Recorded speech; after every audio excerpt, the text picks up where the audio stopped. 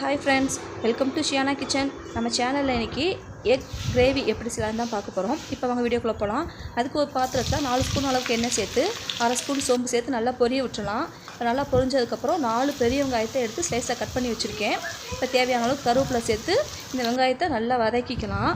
கொஞ்சம் கலர் மாறினா கூட போதும், ரொம்ப கலர் மாறணும்னு அவசியம் கிடையாது. இப்போ நல்லா வதக்கிக்கலாம். இப்போ 4 தக்காளி சேர்த்துருக்கேன். அந்த தக்காளி கொஞ்சம் நல்லா வதங்கட்டும்.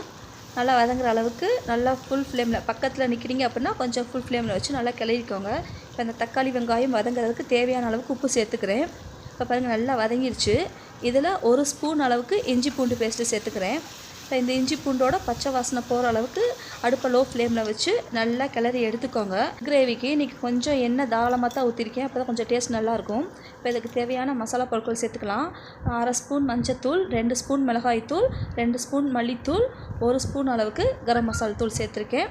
இது எல்லாத்தையும் நல்லா பச்சை வாசனை போகிற அளவுக்கு நல்லா வதக்கிக்கலாம். நல்லா கிளறிக்கலாம்.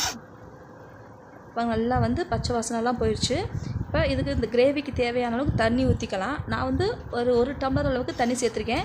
இது சப்பாத்திக்கு சைட் டிஷ்ஷாக வச்சு சாப்பிட்றதுனால கொஞ்சம் கிரேவி கன்சிஸ்டன்சியில் இருந்தால் நல்லாயிருக்கும்.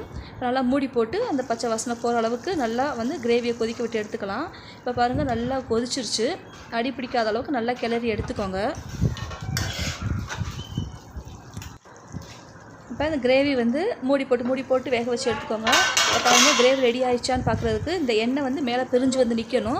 இப்போ கிரேவி நல்லாவே ரெடி ஆயிடுச்சு. நான் 4 முட்டை வேக வச்சு எடுத்துருக்கேன். அதை 2ஆக கட் பண்ணி இதில் சேர்த்துக்கலாம்.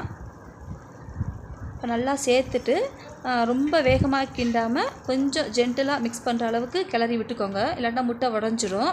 இப்போ பாருங்கள் நல்லா கிண்டியாச்சு. இப்போ எண்ணெயும் நல்லா பிரிஞ்சு வந்துருச்சு. இந்த ஸ்டேஜில் உப்பு செக் பண்ணிக்கோங்க. எனக்கு உப்பு கரெக்டாகவே இருக்குது. நான் ஸ்டார்டிங் போட்ட உப்பு எனக்கு கரெக்டாகவே இருக்குது. அவ்வளோதான், கிரேவி ரெடி ஆயிடுச்சு. கிரேவி அன்றைக்கி நான் சப்பாத்திக்கு சைட் டிஷ்ஷாக தான் வச்சுருக்கேன். ரைஸ் கூட வச்சு சாப்பிட்லாம், சூப்பராக இருக்கும். ஃபைனலாக மல்லித்தலை தூவிக்கோங்க. இந்த ரெசிபி பிடிச்சா மறக்காமல் ஷேர் பண்ணுங்கள். தேங்க்ஸ் ஃபார் வாட்சிங்.